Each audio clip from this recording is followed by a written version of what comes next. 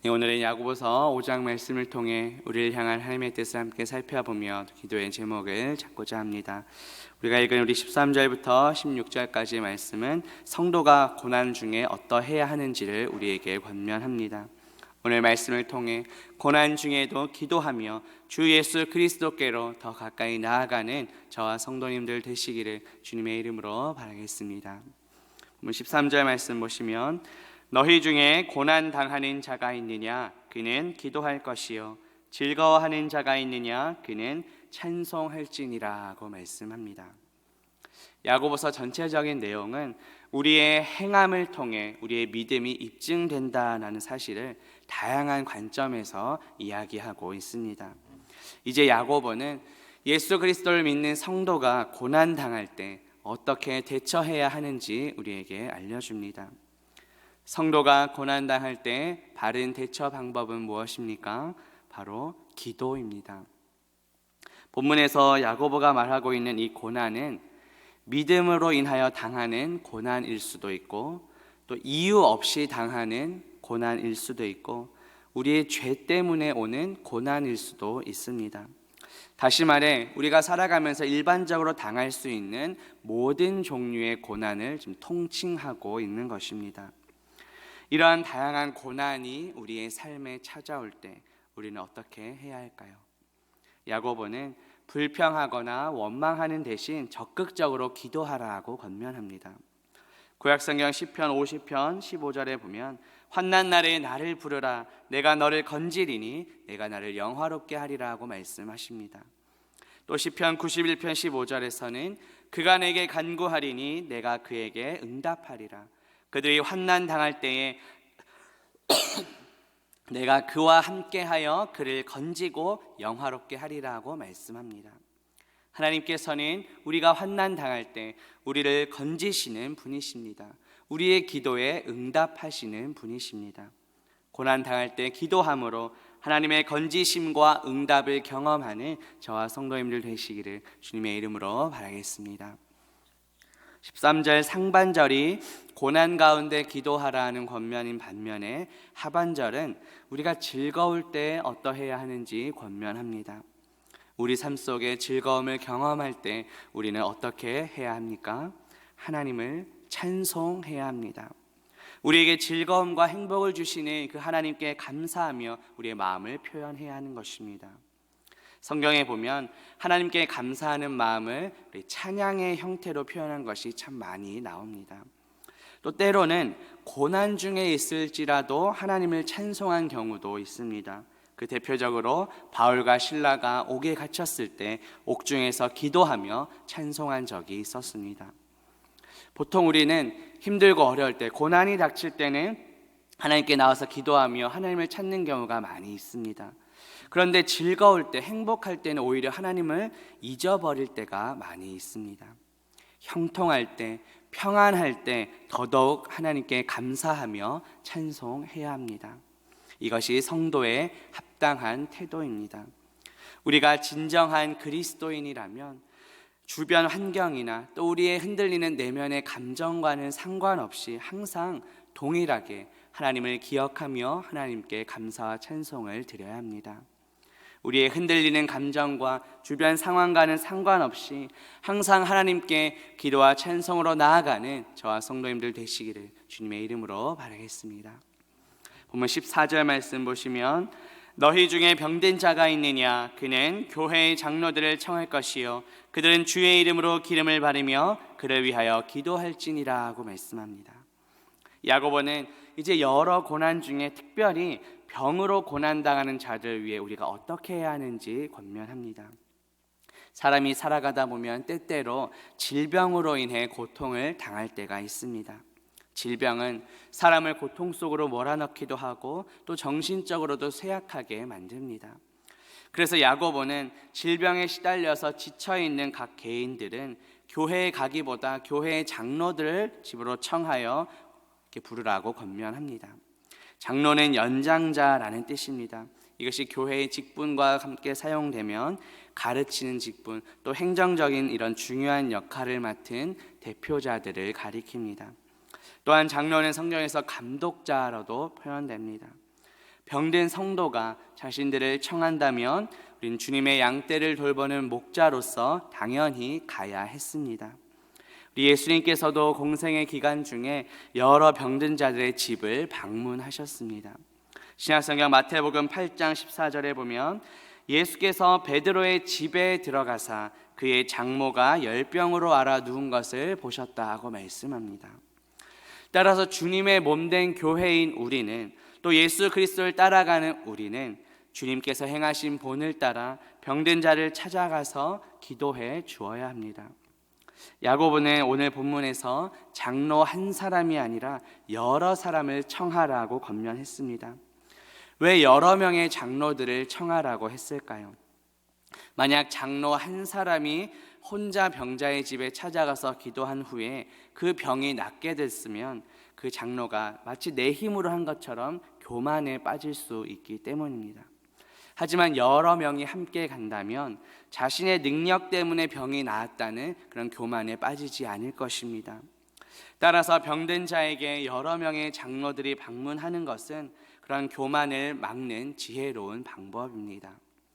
병으로 고통 중인 사람이 장로들을 청하며 기도를 부탁할 때 장로들은 주의 이름으로 기름을 바르며 기도를 해주어야 했습니다. 고대 세계에서 이 병든 자의 치료를 위해 기름을 바르는 것이 일반적인 행위였습니다. 우리가 잘 아는 대로 선한 사마리아인은 강도 만난 자를 응급처치해 줄 때 기름과 포도주를 사용했습니다. 또 예수님께서도, 또 예수님의 제자들도 병자들 고치는 과정에서 기름을 발라 주었습니다. 그런데 이 모든 행위보다 가장 중요한 것은 바로 주의 이름으로 했다는 것입니다.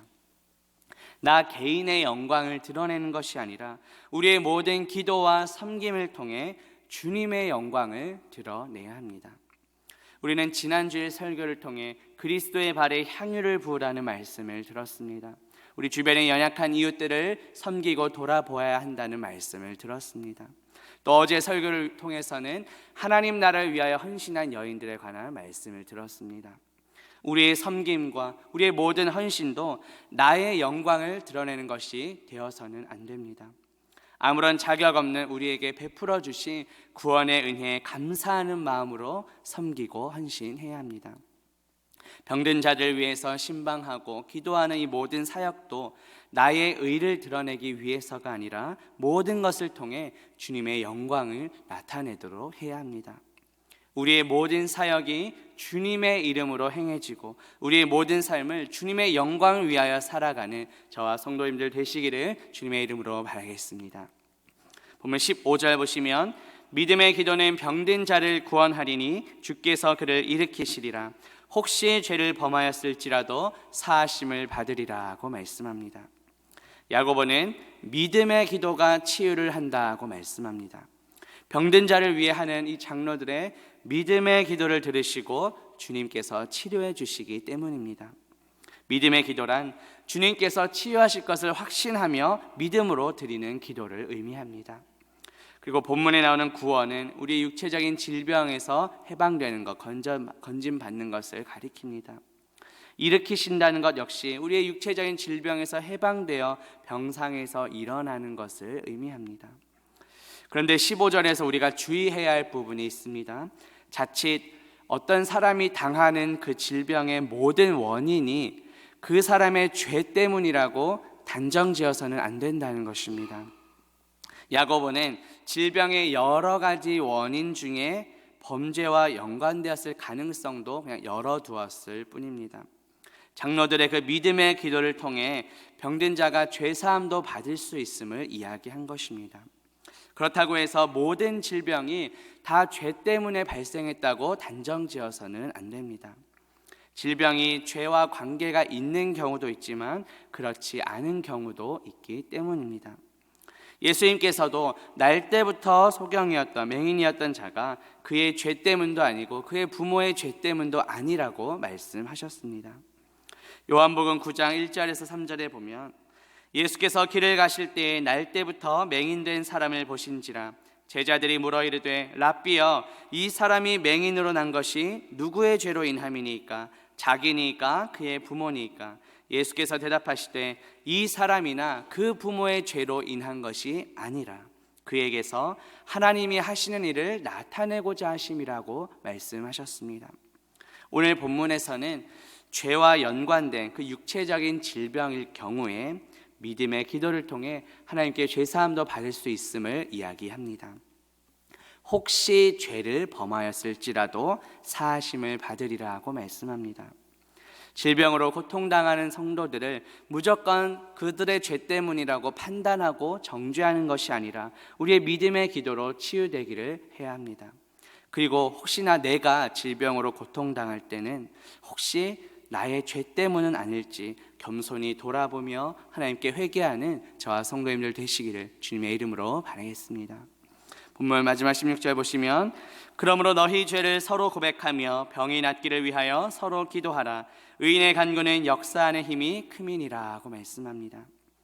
야고보는 혹시나 이 질병이 죄와 연관되었을 경우에 그 질병의 원인이 된 죄를 먼저 고백하라고 권면합니다. 서로 고백하며 서로 기도하라고 권면합니다. 죄를 고백하는 그 상대방이 하나님이 아니라 성도 서로 상호간인 것을 알 수 있습니다.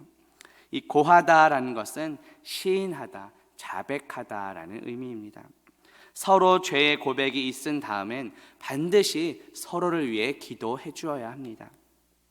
앞서 장로들의 그 믿음의 기도가 병든 자를 구원한 것처럼 의인의 간절한 중보 기도는 역사하는 힘이 크다고 말씀합니다. 여기서의 의인은 하나님의 뜻을 구별하여 행하는 자를 가리킵니다. 요한일서 3장 7절에 보면 자녀들아 아무도 너희를 미혹하지 못하게 하라. 의를 행하는 자는 그의 의로우심과 같이 의롭고 라고 말씀합니다. 하나님과 바른 관계를 유지하는 것이 곧 의입니다. 우리는 예수 그리스도 안에서 하나님과 바른 관계를 가질 수 있습니다. 예수 그리스도 안에서 하나님과 바른 관계를 가진 의인의 간구는 역사하는 힘이 크다고 말씀합니다. 하나님께서는 이러한 의인의 기도에 귀를 기울이시고 응답해 주십니다. 잠언 15장 29절에 보면 여호와는 악인을 멀리하시고 의인의 기도를 들으신다고 말씀합니다. 또 하나님은 정직한 자의 기도를 기뻐하십니다. 잠언 15장 8절에 보면 악인의 제사는 여호와께서 미워하셔도 정직한 자의 기도는 그가 기뻐하시느니라고 말씀합니다. 반면에 우리 마음에 죄를 품고 있으면 하나님께서는 듣지 않으십니다. 시편 66편 18절에 보면 내가 나의 마음에 죄악을 품었더라면 주께서 듣지 아니하시리라고 말씀합니다. 하나님께서는 그러한 기도를 가증하게 여기십니다. 잠언 28장 9절에 보면 사람이 귀를 돌려 율법을 듣지 아니하면 그의 기도도 가증하니라고 말씀합니다. 우리의 모습은 어떠한지 돌아봅시다. 말씀 앞에 겸손히 엎드리며 우리 죄를 회개하고 예수 그리스도 안에서 하나님과의 온전한 관계를 가져야 합니다. 그러할 때 하나님께서는 우리의 기도를 들으시고 기뻐하신다고 약속하셨습니다. 예수 그리스도 안에서 바른 관계를 하나님과 가짐으로 능력 있는 기도를 하는 저와 성도님들 되시기를 주님의 이름으로 바라겠습니다. 기도합니다. 하나님 아버지, 오늘 말씀을 통해 우리가 고난당할 때 어떠해야 하는지 깨닫게 하시니 감사합니다. 고난당할 때 기도하며 또 즐거울 때 찬송하는 우리가 되게 하옵소서. 특별히 공동체 안에 질병으로 고통당하는 성도가 있을 때 함부로 그의 죄 때문이라고 단정짓거나 판단하는 것이 아니라 믿음으로 간절히 기도하게 하옵소서.